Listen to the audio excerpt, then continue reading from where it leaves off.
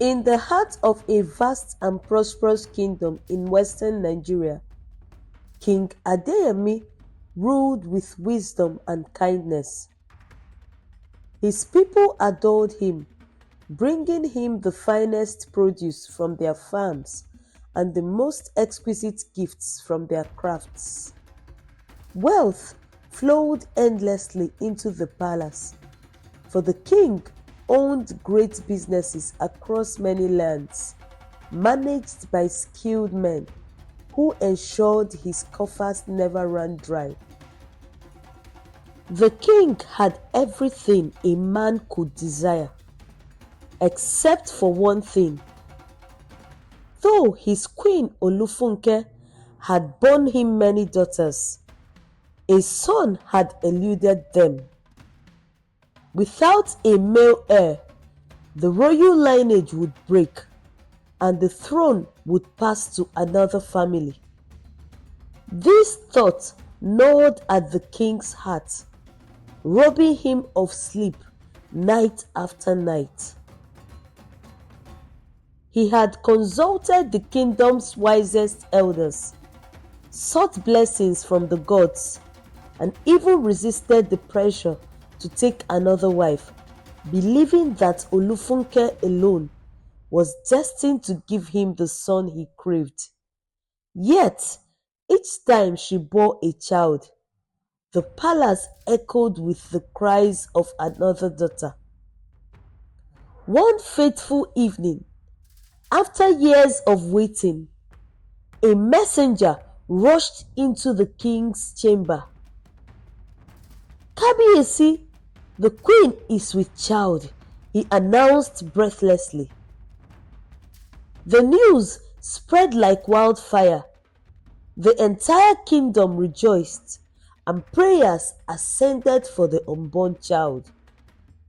But beneath her regal smile, Olufunke was tormented by fear, an unshakable, nameless dread that clung to her soul like a dark shadow. As the months passed, the palace buzzed with anticipation.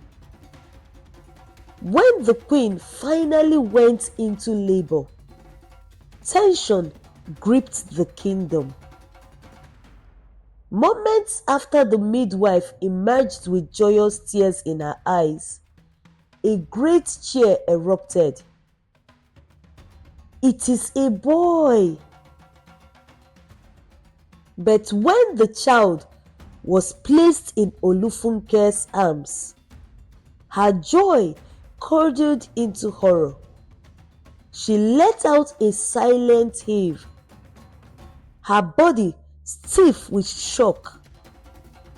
The midwives watched in confusion as her smile vanished.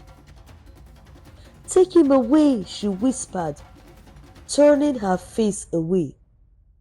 And so the curse began. At first, the palace thought it was exhaustion. Then they believed it was postnatal depression. But as days turned into weeks and weeks into months, the queen's coldness towards her son only deepened. She refused to breastfeed him, shunned him when he cried, and forbade his presence in her chambers. The king was distraught, pleading with her to explain her aversion to the boy. "I do not hate him," she murmured, her eyes hollow. "I am simply unwell." But the palace knew better. She adored her daughters, showering them with love, while she treated her son as if he were a stain upon her life. The boy, named Adeyemi, grew under the care of wet nurses and the elderly head of the palace staff, Iya Aduke. She had served the palace for decades, and took it upon herself to nurture the abandoned prince. As he grew, Adeyemi became everything a father could hope for: strong, kind-hearted, and intelligent. His laughter filled the halls, his eyes sparkled with life, and his charm won over the hearts of nobles and servants alike, but not his mother's. "Why does my mother hate me?" he asked Iya Aduke one evening as she oiled his hair. The old woman sighed, her heart aching for the boy. "Not all questions have answers, my prince, but never doubt that you are loved." Yet, love from others could not replace the love of a mother.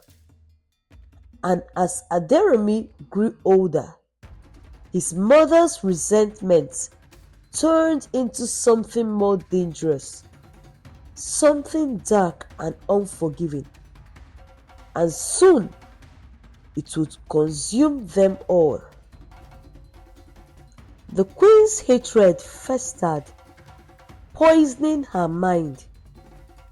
She could not bear the sight of Adeyemi laughing with the king, nor the way the people adored him. He was her son, yet she detested the ground that he treaded upon. One evening, she hatched a plan. She took her most prized jewelry, an emerald-studded gold necklace, and slipped into Adeyemi's chamber under the cover of night. Glancing around to ensure that she was unseen, she placed the necklace inside his wooden chest. The next morning, her wails shook the palace. "My necklace is gone!"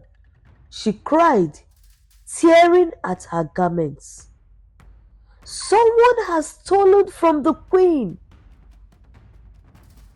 A frantic search began. Servants trembled, knowing the wrath of the queen could be merciless. Then she suggested, "Search Adeyemi's chamber." Gasps ripped through the crowd. "Surely the prince would not steal," one servant protested. "Search it," the queen ordered. Chests were opened, belongings overturned, but the necklace was nowhere to be found. Confusion flickered across Olufunke's face. Had she misplaced it? Minutes later, a guard rushed in. "Your Majesty, the necklace was found beneath your own bed." The queen's face paled. Adeyemi stared at her, his innocent eyes filled with betrayal. Unbeknownst to her, Iya Aduke had seen everything the night before.